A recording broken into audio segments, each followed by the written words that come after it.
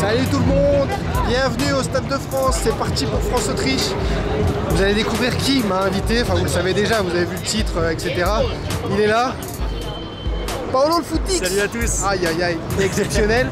On va se régaler à vous faire nos pronos d'avant-match, le petit débrief de mi-temps, et puis le festival de la fin du match. Tu vois. Ouais, on espère que ça va bien jouer ce soir. Et c'est un match qui est quand même assez important avant la Coupe du Monde, donc voilà, c'était important d'être là je pense, et on va passer un bon moment. Revue d'effectifs, vous entendez Stade de France qui fait déjà un peu de bruit. Alors les amis, c'est parti, suivez-nous.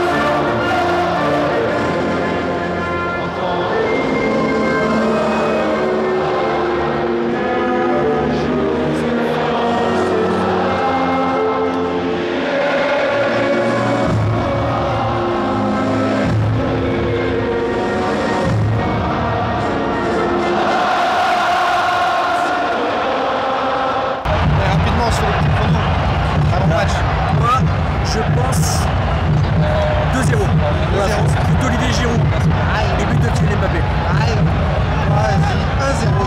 1-0 seulement. Ok, plus difficile que prévu. Et Dembélé qui marque. Je sais pas pourquoi. Il n'est pas titulaire, mais il part. Allez, c'est parti.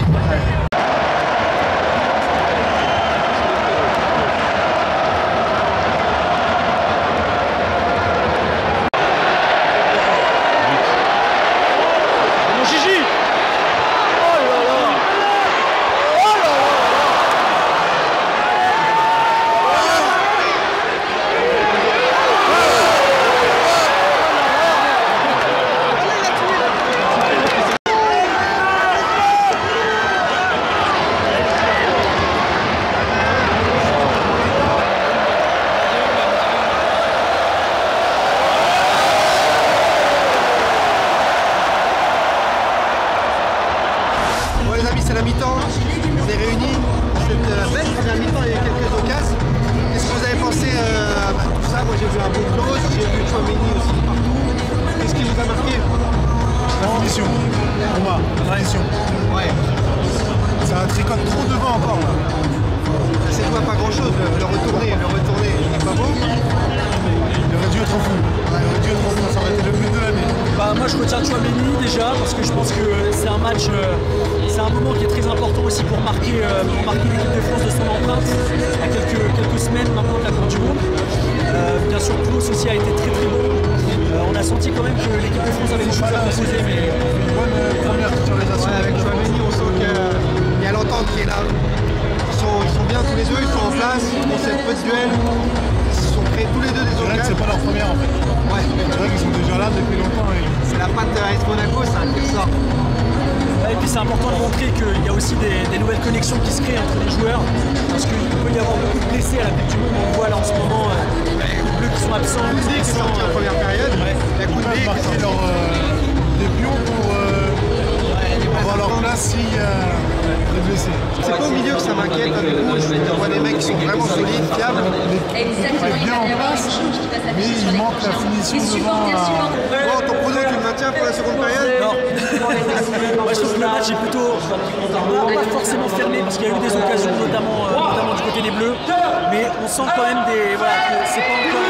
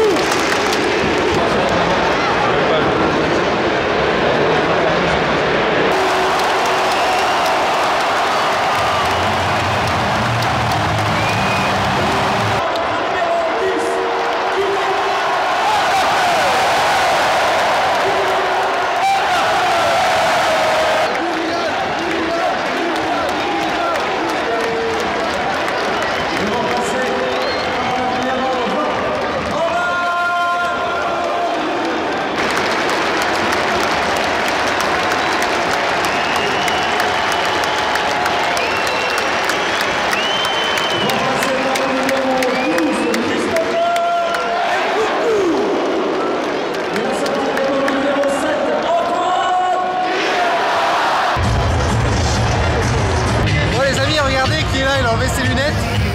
Polo, il a fait le grand chelem. Il a 5 étoiles, il a tout gagné. Il avait le bon prono, hein. Vous vous souvenez du J'ai début pas de la parié finale. pourtant, j'ai pas parié mais... On parie jamais quand on a le bon prono, score exact, buteur exact. Il a été très très bon.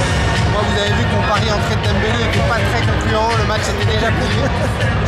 Mais on a vécu un match qui aurait pu être bien pire. C'était plutôt un peu sympa. Ouais, c'était cool.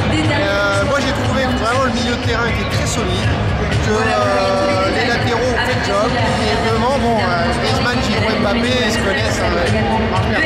Ouais, puis les petits nouveaux aussi fait des belles choses. On a vu Klose faire de très jolies choses sur son côté. On a eu aussi une très belle prestation de la part du milieu de terrain. Aurélien Tchouaméni qui a ébloui vraiment le match de son talent et on espère le voir à la Coupe du Monde aussi en forme.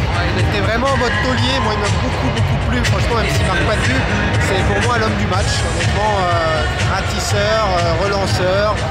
Bien placé, j'ai trouvé énorme de bout en bout. À côté de lui, Fofana, on sent qu'il est habitué à jouer à côté, ça se voit. Dans les petits bémols, s'il faut en noter, je dirais que Badiachil, en seconde période, il a été un peu maladroit sur des relances. Voilà, la fatigue peut-être un peu. Un manque de finition aussi qui a été assez dommageable dans la période. C'est dommage qu'on n'ait pas fini. L'efficacité, franchement, ça a laissé un petit peu à désirer, mais après, 2-0, on signait avant le match pour un 2-0 tranquille comme ça.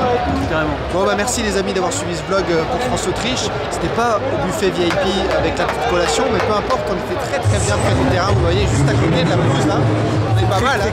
Très cool. Ce France-Autriche était royal. Merci à tous ceux qui partagent, qui like, qui commentent comme d'habitude et qui font vivre la chaîne. On se retrouve dès ce midi pour un déj, bien sûr en direct pour Papoter Foot. Il y aura un invité spécial et on se retrouvera non pas dimanche soir exceptionnellement comme il n'y a pas de Ligue 1, mais ensuite mardi midi. Nouvelle vidéo également lundi, on prépare ça. Bref, plein de choses. Allez, à très vite.